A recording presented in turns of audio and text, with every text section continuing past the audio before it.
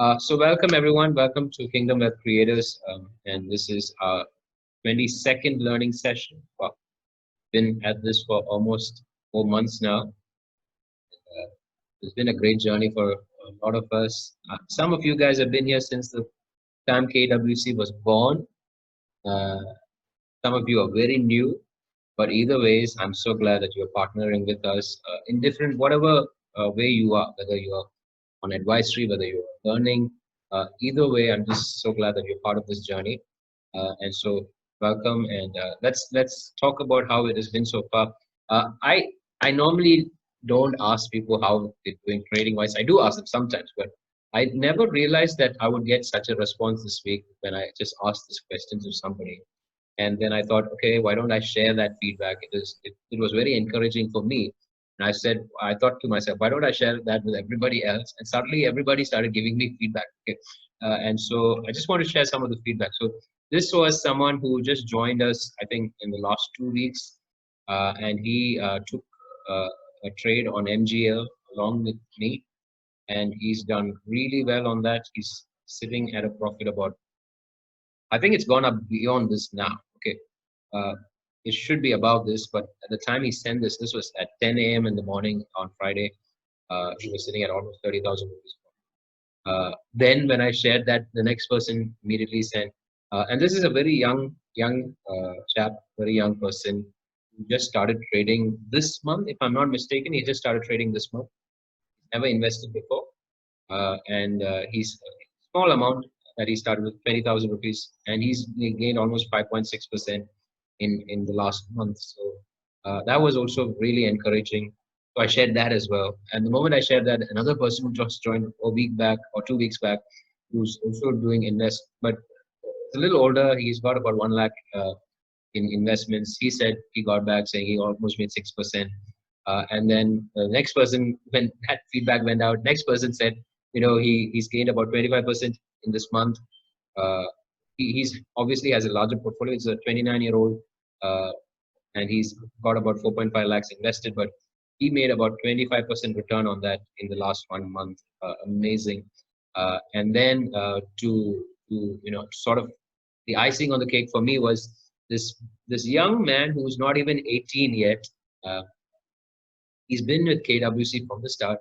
When he first came in, he had, I think, an investment of maybe 40,000 or something. But gradually, he got confidence and he started investing more. And today, he's sitting at about 13% increase on his investment. And the fascinating part is he increased the investment that he was doing in the market. From that initial amount, he hiked it by about 4 or 5 times. And not even 18, and that's an amazing story. So there are a lot of people who have amazing stories, even as they've been on this journey with us at KWC. I know some people have lost money, and I really regret every time someone loses money. I'm really upset. Okay, more than me losing money, if I ever lose money, I hate it when others lose money. Uh, but I'm also very glad that a lot of people are learning and learning to invest better and are actually seeing a lot of good return on the investment. That's a great something that I'm really thankful for. So do send your feedbacks whenever you can. I really appreciate that. Okay, so let's look at what happened during this week, this weekly performance. Honestly, I think this week was a tough week because we had a lot of ups and downs. It wasn't a very clean trend, and I've seen that more than intraday. Short term is where we got to go, and I'm strongly encouraging everybody think short term rather than intraday because it's much more easy. As you can see on this chart, okay, these are some of the shares that I've invested in short term in cash, and you can see there's been a 9%. Actually, my return is almost 13%. Okay, on my short term trades. So some of these I closed out earlier, some of them I still held on, and some of them I had large. See, I've just given a representation of 10 shares per trade, right? But actually, some of them are, for example, Ashok Leyland, I had a lot more shares. And so when it shot up, I made a lot more return on Ashok Leyland and sale.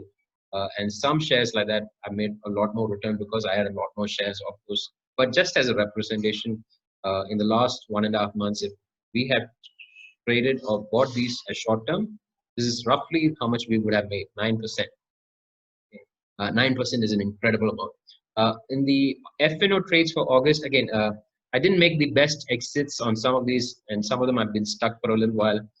Some of the shares that I've made some mistakes here and there also on this. So this is not the best thing that I could have done.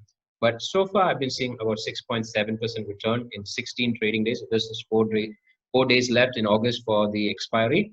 And what I've seen is that if this trend holds true, if nothing changes, not the prices change, I could see it jump to about 8%.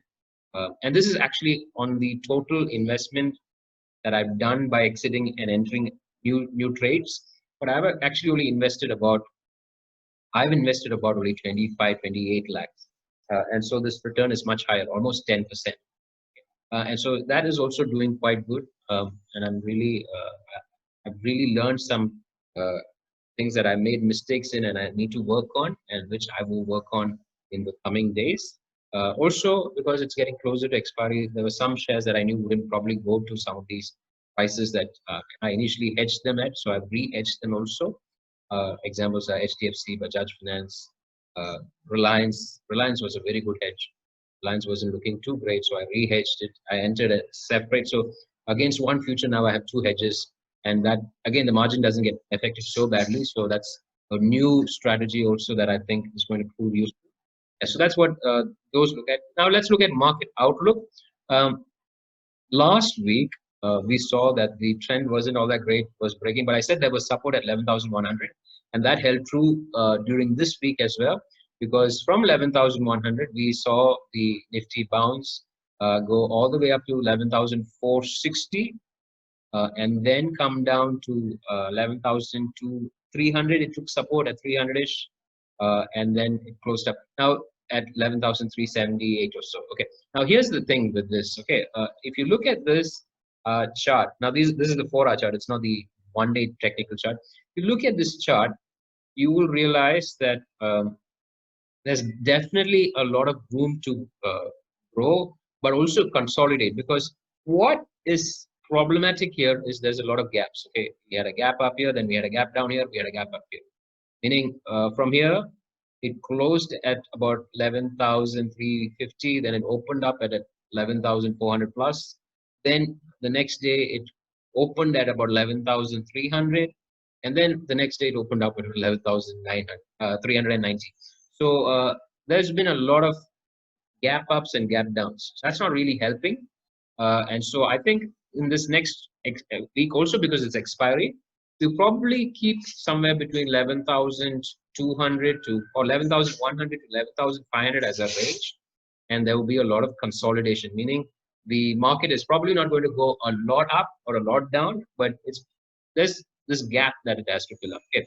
Because there's gaps here. I think the market will kind of consolidate in this area, which is not bad. Okay, the MACD is looking kind of, like it's not going anywhere. And so I think that's the trend. For the Bank Nifty, however, Bank Nifty, first of all, Bank Nifty last week, again, it didn't look great, but it took support at 21,500. And then what it did was it did kind of break out of that channel. Okay, so there was this channel that, again, that was on the last image, I didn't draw that channel. But on this one, I did. And you can see here that the last 3 days, again, there's a gap up, gap down, gap up. So again, this area needs to be filled out. Okay, so consolidation is the trend. But I think if this week the Bank Nifty can go about 22,500, if it does, that's good. Okay, good news. So the Bank Nifty is probably where we have a lot more scope. Banking shares. HDFC Bank was really strong on Friday. I think so. There's a lot of positivity in some of the banking shares, and they could be leading next week. So that's my take on the market outlook. Now, people get worried a lot, okay, because nowadays, because the market is kind of high. I watch the market news on CNBC and all of that, and a lot of analysts say things are going to go down. It's going to go this, that. I personally don't think the market is going to go down a lot. It might correct. It's not going to reverse. It's going to correct. Consolidation is the thing of the hour, but I don't think it's going to crash. Okay, just so you know, overall, short term, long term. Long term, definitely we're bullish. Okay, there's no There's no doubt about that. We're going to keep going up. I don't think the pace is going to be the same over the last few months. Might be slower, but we're kind of going to go somewhere up, not down. Okay. Short term, bit of correction here and there. You're going to see sometimes a lot of global cues will help affect us. You can see that on Thursday when the U.S. markets on Wednesday night shot down. Thursday was, market went down very hard. And on Thursday night when the U.S. market kind of recovered, Friday, the Indian market shot up, gap up. So that's going to help us. That's going to work on the Indian market a lot, global cues. But I personally think here are the reasons why I think that we're going to keep going up. Okay. First of all, FIIs have continued buying. They have only sold on 2 days, okay, which is 20th and one was in the beginning of the month. Okay. 20th was the day when the gap down was there. I think they still bought a lot. It was just that, because of the gap down, a lot of them exited and then they didn't or they weren't able to get back in as much as they could. Also, Reliance, the AGR case, a lot of these are keeping people away for a little while. The interesting side is the DIS. Okay, every day in August they have sold. Every day. I'm just wondering when is the day they're going to stop selling and start buying. Okay, and of course you should know that they only sold 8,000 crores. They bought more than that in March, and they've sold stuff in August and all of that. So there is going to be some point in time when DIS probably will change their trend. But the smart money is on the FIS. You know why? Because during the crash, they are the ones who actually sold. During the crash in February and March, the FIS sold a lot, whereas the domestic institutional investors, DIIs, bought a lot. And so I think the money that they have exited out, the foreign investors, hasn't come back yet. Just so you know, the money they took out hasn't come back fully in yet. So if they ever see India as a better option, which I will show you why they might see it as a better option, you're going to see the market go up more. Now, let me show you why I think they're going to see India as a better option. Here is it. This is called the Indian Volatility Index. Okay, India VIX. Now, this was in way back in January, February, March. The Indian Volatility Index was about 16, 15, 17 in that range. Then it shot up all the way to 86, 88 when during the crash. Okay, so the more the volatility goes up, the greater the movement in the market. So that's what our thoughts are. Okay, but you can see from that time it's been coming down, coming down, coming down. Over the last 2 days, the range has been between 23 to 16. And if you see the matching numbers are way back in January and kind of March of 2020. Okay, now let me show you. This was 1 week back. Show you this month. Okay, if you saw, sorry, this was last week, right? This week you can see that number has come down to 14.89 at its lowest and about 21 at its highest. Okay, so it was 23 to 16.5 range last week. This week it was 21 to 14 or 15. So the volatility is coming down. Again, this is a reason why we should do more short-term trades than intraday. Okay, intraday doesn't really work when volatility is low. The market doesn't just move; it's kind of stuck. So intraday is where you're going to see less trading, and short-term is probably where you're going to see more money being made. Okay, and so the volatility index has gone down. Now, if you compare this to previous data, you will see 14.5 was last seen on January 28th, February 24th, and then on February 28th was the high. Okay, 21st, 21. Volatility, the index was at 21 on February 28th. Let's look at the matching Nifty prices. Okay, on January 20th, the Nifty was at 12,200, which is still above where we are right now. February 24th, it was 11,800, which is again above where we are right now. And funny thing, February 28th, the Nifty was around 11,380, which is where we are right now. Okay, so February 28th is when the Indian volatility index was 21, which was our highest value this time around, the last 2-3 days. And if you look at it, prior data shows February 28th, which is when the volatility index was 21 in March, and the Nifty was at 11,380. So we're right there. Okay, but as the volatility keeps going down, we should probably, if that was true, And if everything was replicated the same way, we should end up here, 12,200 to 11,800 to 12,200. So again, because the volatility is coming down, bullishness or the long-term bullishness of the market still holds. Okay. So these are reasons. FI trades overall, they still buy, and the lowering of the volatility index tells me that again, bullishness long-term wise or short-term wise is still on. Of course, there's corrections, okay, because we still have to fill out those gaps. So that's the market outlook for this coming week. Now, let's look at Q&A. Now, some people had this question, and I get this question a lot, so I'm just answering it again. What's the best level of investment to start with? The answer to this is that whatever you are comfortable with. Okay. For example, today, before the market crashed, a lot of my money investments was in fixed deposits. Today, a lot of it has been shifted out of fixed deposits into the stock market. Okay. Then, in the stock market itself, earlier a lot of money was on intraday. Now, the majority of my money is on short-term trades. Okay, I do have money that I use for long-term trades. There's a bit of money that I keep for intraday, but I don't really do any intraday trades now. Almost all my intraday capital has been moved to short-term capital. So the best level of investment to start with is what you're comfortable with. Depending on your age, depending on your risk appetite, you can decide how much you want to invest. You can always do that. A question along this, someone just asked, what platform do I use for short-term trades? Short-term cash trades is on Zerodha. I like Zerodha for that. And all my FNO positions are on Finvasia. And again, my FNO positions are all on short-term trades. Okay, so technically it's short-term trades, futures and options, short-term trades are on Finvasia. Cash trades, short-term trades are all on Zerodha. Okay. So the best level of investment you can start with is whatever you're comfortable with. Some people trade with 5,000. You saw the feedback, right? Some people are trading with 1 lakh, some are with 2 lakhs, some are with 20,000, some are with 5,000, some are with 20, 30, 4.5 lakhs, 30 lakhs, 2 crores. I think you can start with whatever you're comfortable with and start trading short-term trades, and you can still make money. Okay. It's not the amount of capital that matters, it is the return that matters. If you can make a return of 1% per month, you are outperforming every bank FD and every mutual fund. 1% per month return.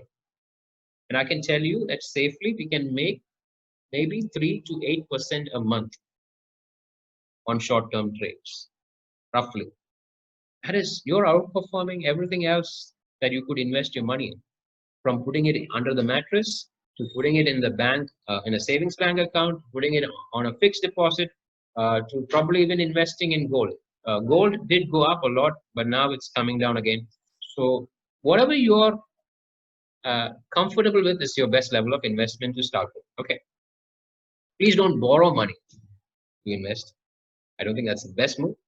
Some of us do it, but not everybody will. Unless you really know what to do, you shouldn't. Okay. What is the effect of the global market on the Nifty? Yeah, if people had watched, this question came, I think, because of Thursday, when Wednesday the U.S. market, the Fed came out and said that we're not sure about the economy, and so the U.S. markets just went nosedive. Because of that, all the markets globally went down. Okay, so I want you to know that actually the Indian market does try to follow global cues a lot. Okay, Wednesday night when the US market went down, Thursday morning Indian market went down. Thursday night when the US market went up, the SGS Nifty went up, and we opened up almost 100 points up on Friday. So there is an effect. So it's important that we study the global markets also, which I do a lot today. These days, I keep looking at what the US markets, what the other markets are doing, and on that basis, usually I tell or advise what to do. Okay. How do you know when to sell shares you're holding? Okay, so this question is interesting. Now, I want you to know, most of us don't know what the perfect entry is, when to get into a share, and what the perfect exit is, when to get out of a share. And I don't know. So there's no such thing as a perfect entry or exit. The best we can do is try to approximate. And so how do I do this? Basically, I follow cues, especially technical indicators. So when I see that the EMA is getting cut and the MACD is getting cut on a 4-hour chart, that's probably when I'm going to get it. When I see that it's gone up and it's coming back down and hitting again, the EMA or the MACD is coming back to the red on the 4-hour chart, that's probably when a good time to exit, or on the day chart.